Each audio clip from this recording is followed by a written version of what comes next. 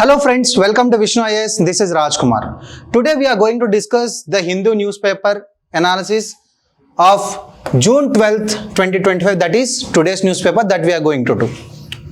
Are you ready? Let's go. The first article. India and China inch closer to limited trade agreement. Of course, you would have known like Trump has increased the tariffs and he has given a 90 days pause on the tariffs. You would have already known this, okay? Now India is trying to, that 90-day plan is going to end on July 9th. When? This 90-day pause on tariffs is going to end on July 9th. So we are trying to close trade-related agreement with the US. So we have a plan to point is to complete that particular agreement by September or November. But in between, anyway, the 90 days pause is going to end on July 9th. So we are trying for a mini deal in between. We are trying to find out a mini deal on limited concessions. Anyway, the full-fledged agreement is going to come, that is like bilateral trade agreement 2025, that is going to come by this September or November. But in between, before July 9th, we are going to have this mini deal with limited concessions with the US government. Okay. But the point is that there are few issues that is like coming in between. One is key. US wants greater agri products market access. US wants most of the India's agri products market access, but India is restraining to do that. And at the same time, India wants relaxations on the steel and aluminum products, that is like importing in US. But again, US is also restraining on it. Because of these things, there is some issues that are there between India and US. But still we are going to have this mini deal before July 9th. And the point is why only on steel and aluminium? Because Trump had issued a tariff and it is double the tariff from 25% to 50% on steel and aluminium products on June 9th. Hope you all understood this thing. Okay. Next, of course, you would have seen this news, Kaleshwaram lift irrigation project. It is headed by Justice PC Ghosh Commission is formed, one-man commission is formed to inquire about the irregularities that are happening in the lift irrigation project. This is one of the world's major multi-purpose lift irrigation project, okay? It is going to cover about like 45 lakh acres of land in Telangana, and it is going to cover about like 20 districts out of 31 districts of Telangana. Why the irregularities came in? Because of the structural damage of Medigadda barrage. Okay. Next, we have Hyderabad schools reopened, and we are trying to put this pre-primary school also. June 12th, we celebrate it as a World Day Against Child Labor under the auspices of the International Labour Organization. Now we are going to have an example, that is Velpur model, which is there in the Nizamabad district, like how they are able to eradicate the particular child labor system. But before that, let's see some of the statistics. The child labor thing is there in Sustainable Development Goal Target 8.7. Though Sustainable Development Goal Target 8.7 calls on the global community to take effective measures to eradicate the child labor in all forms by 2025. By the end of 2025, all means of child labor has to end according to the Sustainable Development Goal Target 8.7. But still we are very far from achieving this particular thing. About 160 million children are estimated to be in the child labor. Across the globe, about like 160 million children are estimated to be in the child labor, one among every 10. Out of every 10 children, one is in the child labor. And when it comes to Asia, Africa and Pacific regions, these three regions combined, about 9 out of 10 children are in the child labor thing. How many? 9 out of 10, especially in the Africa, Asia and Pacific regions. Of course, because of this COVID-19 pandemic, most of the parents lost their jobs and they are forcing their children to do something or the other for the betterment of their family income. When you see the extent of child labor in India, India has a significant incidence on the child labor. According to the 2011 census, about 43.53 lakh children in the age of like 5 to 14. 43.53 lakh children in the age of 5 to 14 are involved in the child labor due to different factors. One is like poverty, non-accessibility, and illiteracy maybe of their parents. Child labor, like mostly we can see them in the BD industry, carpet weaving industry, and the firework factories. But because of this Child Labor Prohibition and Regulation Act of 1986 and the National Policy on Child Labor 1987 sought to adopt a gradual and the subsequent approach to end the child labor in India. But because of the new act that is came in 2016, Child Labor Prohibition and Regulation Amendment Act 2016, it came up with like two things. It prohibited the employment of children below the age of 14. It prohibited the employment of children below the age of 14, and when it comes to the hazardous industries, prohibited about like adolescents from 14 to 18 industries. 14 to 18 years adolescents prohibited from the employment of adolescents in the hazardous occupations in the industry. Of course, we know right to education, it mandated to provide free and compulsory education at the age of like 14 years, 6 to 14 years to all the states, that is there, but still this thing is like persisting in the country. If you see the Velpur model, which is based out of Nizamabad district of Telangana, where it became a people's movement. The whole community came together, village by village, whole district came together, including the Sarpanch, parents and all. This is the first district in the country where they signed up an agreement with the government on the presence of collector. They signed up with an agreement with the government itself that telling ki, we will send our children to the school, but you provide the necessities that are required for the children to study. This is the first of its kind. And they started the particular thing in 2001. This didn't happen in a single year and single day. It happened over multiple years, like 24 years spent to eradicate, like to complete 100% free child labor district. It took 24 years for them to achieve this particular thing. But this came over a period of time. They started in 2001 June. Started ki 5 to 15 years school children has to go to school and all. They started it. Now they are able to achieve this 100% retention in schools and no child labor in a mandal over notorious for it. Okay, but this is not the case. Because of this particular thing, on October 8, 2021, as part of the Azadi Ka Amrit Mahotsav, VV Giri National Labour Institute, Noida, Uttar Pradesh, under the Ministry of Labour and Employment, Government of India, organized a program in Nizamabad to celebrate the 20 years of the successful intervention to eliminate child labour and the declaration of Velipur Mandal as the child labour free. This is the example from the Nizamabad district.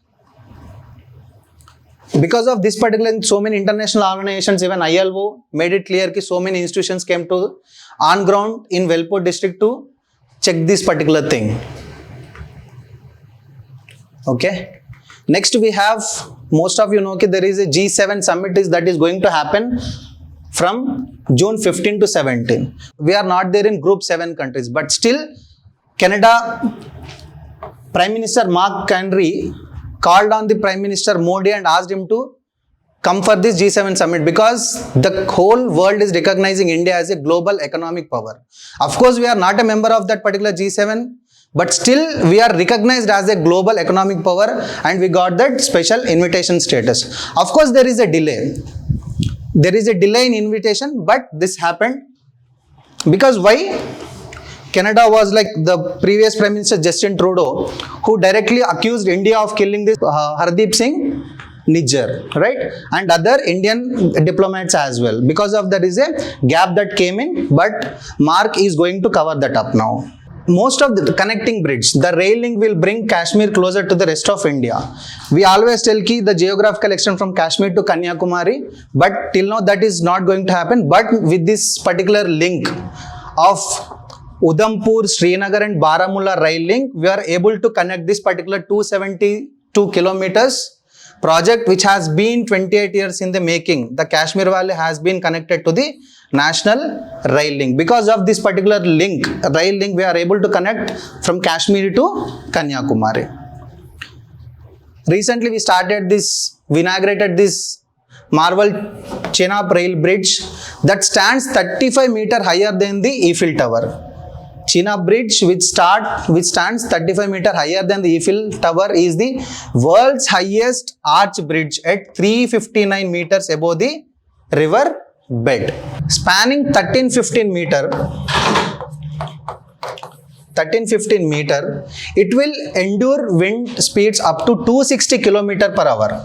And it has been built in the last 120 years. The lifespan of this particular bridge is 120 years. And nearby you can see a cable bridge, that is Anjikad Bridge, which anchored by about 96 high tensile cables and 8,200 metric tons of steel used in it for the construction. The overall cost of this particular thing is 43,780 crores. Other than that particular thing, there are two more railway projects that have been approved by the Cabinet Committee on Economic Affairs headed by Prime Minister, worth of 6,405 crore rupees. The first project is including the Kodarma Barkakana doubling project spanning about 133 km through a major coal producing region in Jharkhand. And the second one is involving the doubling of the Ballari, extending about 185 km. This will align the transverse Ballari and the Chitradurga districts of Karnataka and Anantapur in Andhra Pradesh. There is one good interview came in with Nara Chandrababu Naidu, but the point here is key. So most of the southern states are fighting for this on this 3-language formula, right? Inclusion of Hindi in the curriculum. But he is telling key, we are in the era of AI and digital things, right? So other than Hindi, you can learn so many languages that you want to learn. He wanted to introduce so many languages. Students will pick up the language on their own interest. But the point is that Hindi is helping, especially the Telangana people, because we are under this Nizam's thing, so we know Hindi a bit and Urdu a bit. We can sustain even if you go to northern regions like Delhi, Bombay, whatever may be the region it is. So yeah, he is talking about that particular thing here. There is one more news regarding the AC temperature thing. Bureau of Energy Efficiency, which comes under Ministry of Powers, is trying to set the temperatures between 20 to 28. We are not going to put our ACs at 16-degree temperature. This is not officially out. It is in the discussions thing. It is going to come in near future. But the point is that even in June, by June 9th, the power demand is about 241 gigawatt in the country. 241 gigawatt, which is highest thing that we are using. Even if you reduce 1% of this particular thing, you can able to save 6% of the overall energy. If you can decrease that 1 degree Celsius thing, you can save 6% of the overall energy. And every year more number of ACs are coming up. We are installing more number of ACs. So you can just think of the amount of energy that we are going to save because of this fixing the temperatures between 20 to 28 degrees. And India unlikely to ratify High Seas Treaty. We approved this particular thing. We signed on this agreement, but we are about to ratify that particular agreement in the country. There are two stages. One is the agreement thing. Firstly, the High Seas Treaty is also called as Biodiversity Beyond National Jurisdiction, BBNJ. Biodiversity Beyond National Jurisdiction is also known as High Seas Treaty at the United Nations. We signed the agreement in 2024. We signed the agreement. We are into the agreement, but we are yet to ratify, to implement this particular agreement in the country. The agreement, if we need to ratify that particular thing, means we need to do some amendments in the upcoming parliament session. Then only the particular High Seas Treaty is going to come into the force. What is High Seas actually? high. Exactly. Seas beyond exclusive economic zones. Those won't come under any particular jurisdiction of any particular country, but there are so many unique and exotic marine life. So now the countries has to discuss like who are going to share that particular thing. Economically benefits it, so it has to economically benefit the neighboring countries of that particular area. Next we have US and China trade thing. Yeah. So there is a trade war that happened between Trump and Mr. Xi from China. So Trump increased the tariffs on Chinese goods up to 145%. How much? 145. And at the same time, China also increased the tariffs on US products for about like 125%. The trade war happened for about some days, and then Trump came up with this 90 days pause in between that is going to end on the coming month, July 9th. So now they came up with an agreement telling ki US will be charging 55% tariffs on Chinese product. How much? 55. 145 to 55 it is reduced. China is going to charge about like 10% on the US products. Of course, still it is little high. China will be charging 10% and US will be charging 55%. But the negotiations came in when China is agreed to supply the rare earth elements from the China to US, and at the same time US is also going to, okay, so China is going to support the US companies with the support of this rare earth element, and US is going to support the continuation of the Chinese students in the US educational institution. That is the agreement that happened between them. Cool. That's it for the day, guys. Thank you.